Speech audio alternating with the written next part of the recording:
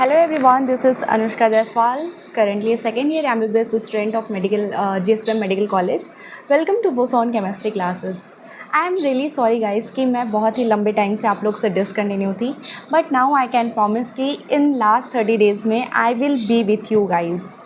And I know कि in last 30 days होते हैं वो कितना ज़्यादा इंपॉर्टेंट होता है.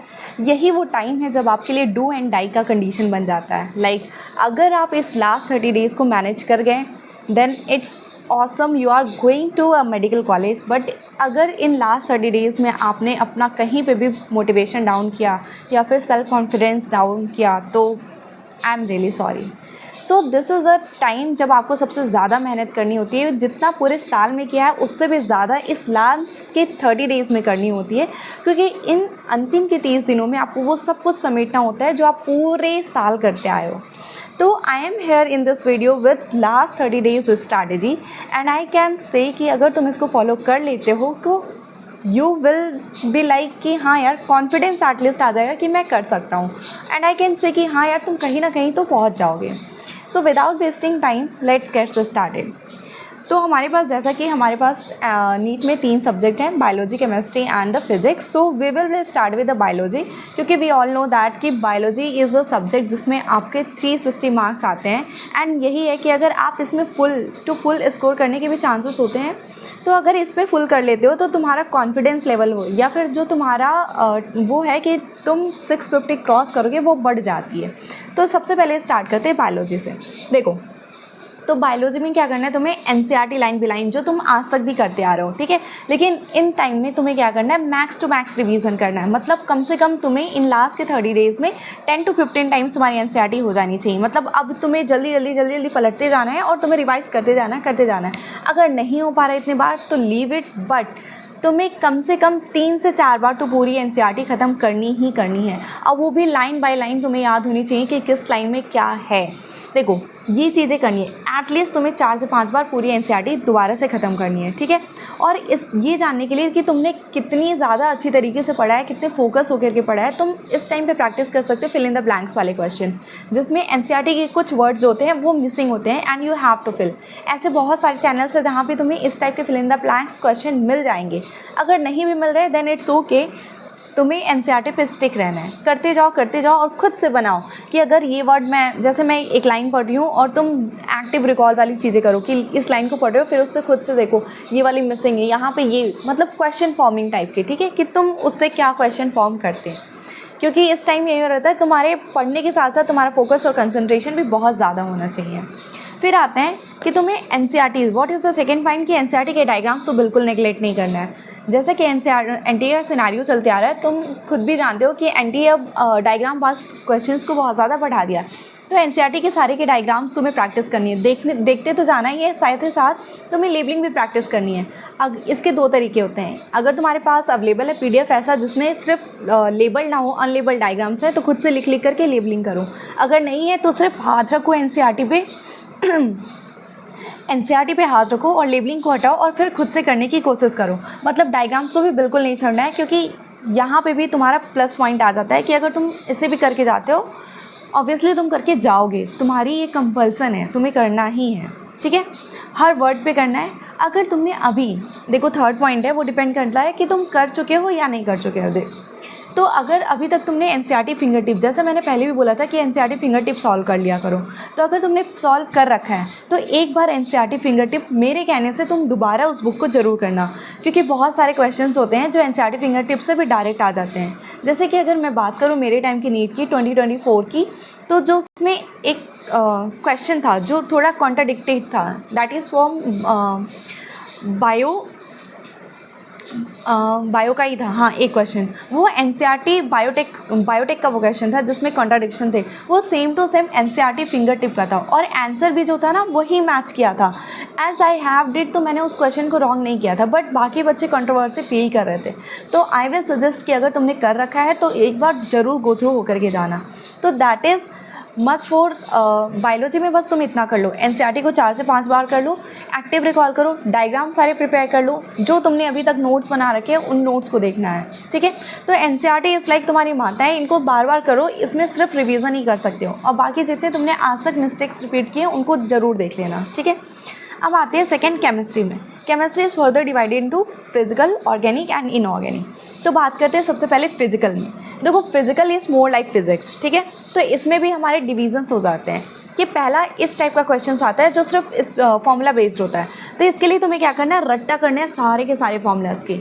अभी तक तुम्हारे पास फॉर्मूला सीट्स हो जानी चाहिए, अगर नहीं है तो किसी भी ऐप से, लाइक PW प्रोवाइड करता है या फिर जो भी दूसरे भी कोचिंग सेंटर्स है वो भी प्रोवाइड कर देते हैं पूरे की पूरी फॉर्मूला सेट्स।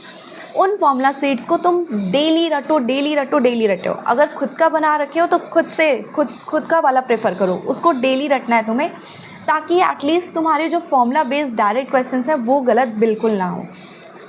और आई कैन गारंटी कि तुम्हारा जो मैक्सिमम क्वेश्चंस हैं इन फॉर्मूला वाले सीट से ही तुम्हारे क्लियर हो जाएंगे, ठीक है। तो दूसरा एक ये करना है, और दूसरा फिजिकल केमिस्ट्री के लिए तुम उनके प्रीवियस ईयर क्वेश्चंस तुम पहले भी सॉल्व किए हो, लेकिन इन लास्ट के 1 मंथ में तुम्हें एक बार ज़रूर कर लेना है, ठीक है। एक बार पूरी तरीके कर लेना। अब देखो एक चीज़ होती है कि जो जिन्हें नॉर्मल से नंबर लाने होते हैं ये सब करेंगे, और जो मेन बच्चा इग्नोर कर देता है जिसे अच्छे नंबर लाने होते हैं वो होती है NCERT, ठीक है।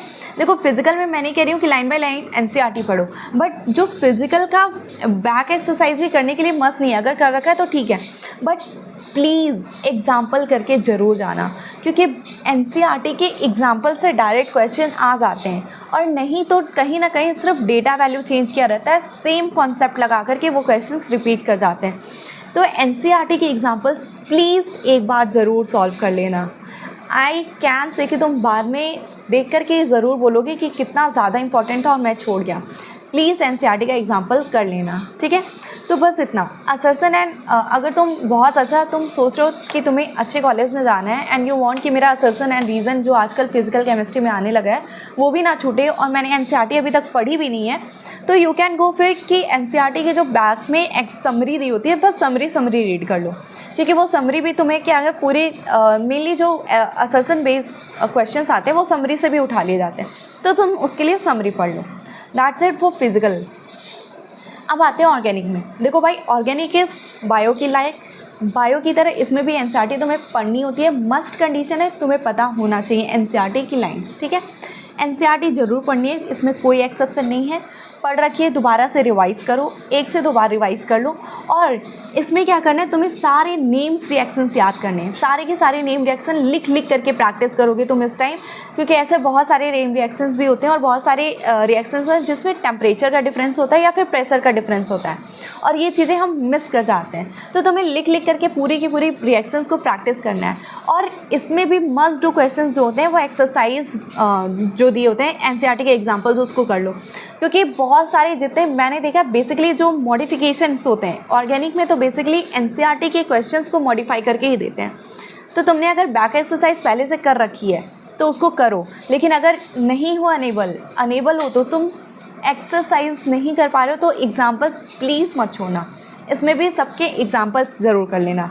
और फिर यहाँ पे आता है रिवाइज योर नोट्स, क्योंकि बहुत सारे टिप्स एंड ट्रिक्स लिखे होते हैं, तो नोट्स को भी प्रॉपर रिवाइज करते जाना, डेली रिवाइज करना, ठीक है। अब आते हैं NCERT इनऑर्गेनिक में। इनऑर्गेनिक में भी तुम्हें NCERT करनी है, अपने नोट्स को मल्टीपल टाइम रिवाइज करना है, क्वेश्चंस प्रैक्टिस करने हैं। अब देखो इनऑर्गेनिक में ना बहुत सारे होते हैं, इसमें PYQ रिपीट कर जाते हैं, तो PYQ मस्ट कर लेना। बाकी इसमें भी NCERT के एग्जांपल देख लो, और ज़्यादा प्रैक्टिस और क्लैरिटी चाहिए तो तुम्हें बार बार अपने मॉक टेस्ट जो दे रहे हो उसमें देखो क्या गलत हो रहा है, किस चैप्टर से ज़्यादा तुम गलती कर रहे हो, उसको मल्टीपल रिविज़न में ज़्यादा ऐड कर दो। लाइक अगर तुम्हारा कोऑर्डिनेशन कंपाउंड से ज़्यादा मिस्टेक हो रहा है तो तुम कोऑर्डिनेशन कंपाउंड का number of time of revision बढ़ा दो, ठीक है, और उसके जितने पॉसिबल क्वेश्चंस हैं उसको कर डालो, ठीक है। देखो अभी तुम्हारा लास्ट टाइम चल रहा है, तो तुम्हें सच में वो सब करना है जिससे तुम्हें लग रहा है कि मेरे नंबर इंक्रीज़ कर जाएंगे, ठीक है। अब आते हैं फिज़िक्स, जिससे हम सभी को डर लगता है, और हो सकता है तुम्हारे बायो लेने चूज़ करने का भी रीज़न हमारा फिज़िक्स ही रहा हो। तो देखो डरना नहीं है, physics is all about concepts. But अगर तुम ये कहना चाह रहे हो कि दीदी मेरा तो कॉन्सेप्ट लगता ही नहीं है, मतलब मैं पता ही नहीं कर पाता हूँ कि कैसे क्या लगता है, हालांकि ये क्वेश्चंस अब नहीं आने चाहिए तुम्हारे दिमाग में। आई नो कि तुम वेल प्रिपेयर्ड हो, बट इवन दो तुम्हें लगता है कि फ़िज़िक्स में मेरे 160 में से तुम्हारे 100 भी नहीं आ पा रहे हैं, कुछ भी नहीं आ पा रहा है, तो इसमें भी तुम्हें क्या करना पड़ रहा है, डेली रट्टा मार ऑफ ऑल फॉर्मूलाज। देखो पूरे के पूरे सब्जेक्ट का, मतलब पूरे फिजिक्स का तुम्हारे पास शॉर्ट नोट्स होना चाहिए, फॉर्मूला होने चाहिए, और उसे तुम्हें डेली रिवाइज करना है। आई नो कि तुम्हारा फर्स्ट डे होगा, 3 से 4 घंटे ले लेगा पूरा रिवाइजन करने में, और तुम्हें लगेगा फिजिक्स को अकेले मैंने 4-5 घंटे और सिर्फ फॉर्मूला में दे दिए, बट आई कैन लिटरली से कि तुम्हें कॉन्फिडेंस बूस्टअप जो होगा यहाँ से यहाँ चला जाएगा, ठीक है।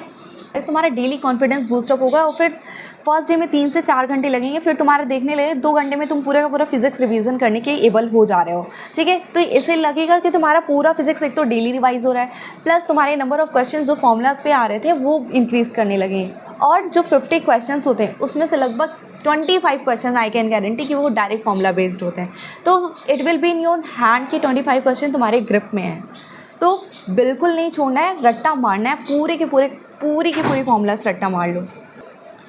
और देखो फिर तुम्हें क्या करना है, इसमें भी PYQ क्वेश्चंस करने हैं। देखो जैसे कुछ चैप्टर्स होते हैं लाइक ग्रेविटेशन हो गया, रोटेशनल मोशन हो गया, आई नो कि रोटेशनल इज बिग, बस इसमें भी जो रिपीटेशन होता है वो बहुत ज़्यादा होता है, ठीक है। तो ग्रेविटेशन और जो PYQ है इसको भी लास्ट के 30 डेज़ में 2 से 3 बार लगा लो, ताकि तुम्हारे जो ईजी पीजी से क्वेश्चन होते हैं वो डायरेक्ट जो PYQ से आ जाते हैं वो तुम्हारा हो जाए। इसमें भी ऐसा रहता है, लगभग तुम्हें 10 PYQs ऐसे लिखेंगे जो डायरेक्ट क्वेश्चन आए होंगे, ठीक है। तो PYQ भी नहीं छोड़ना है। Then revise your notebook and concept, resolve जितने भी तुमने अभी तक गलतियाँ कर रखी हैं उन सबको करो, ठीक है। All the best, I will be available for last these 30 days each and every day. तुम अपने क्वेरीज पूछ सकते हो कि तुम्हें अभी सबसे ज़्यादा क्या हो लग रहा है, मतलब तुम्हें क्या फील आ रही है, या फिर तुम्हारे सबसे ज़्यादा क्वेश्चंस क्या आ रहे हैं। Do interact with me, but इस टाइम सब कुछ करो यार, जो भी पॉसिबल, नॉट ओनली मी, जो भी पॉसिबल टीचर है, जो भी तुम्हारा मेंटर है उससे इंटरेक्ट करो, अपनी क्वेरीज को सॉल्व करो, एंड प्लीज़ डोंट डिस्ट्रैक्ट। तुम जिसके भी वीडियोस देख रहे हो, जिसके भी स्ट्रैटेजी तुम फॉलो कर रहे हो या तुमने खुद से बना रखी हो, उस पर अभी कंसिस्टेंट रहो, और कॉन्फिडेंस डाउन बिल्कुल नहीं करना है, क्योंकि ये लास्ट के 30 डेज़ का तुम्हारा कॉन्फिडेंस डिसाइड करेगा कि तुम क्या करके आओगे। तुमने बहुत कर रखा है, believe in yourself and you are going to crack it यार। All the best.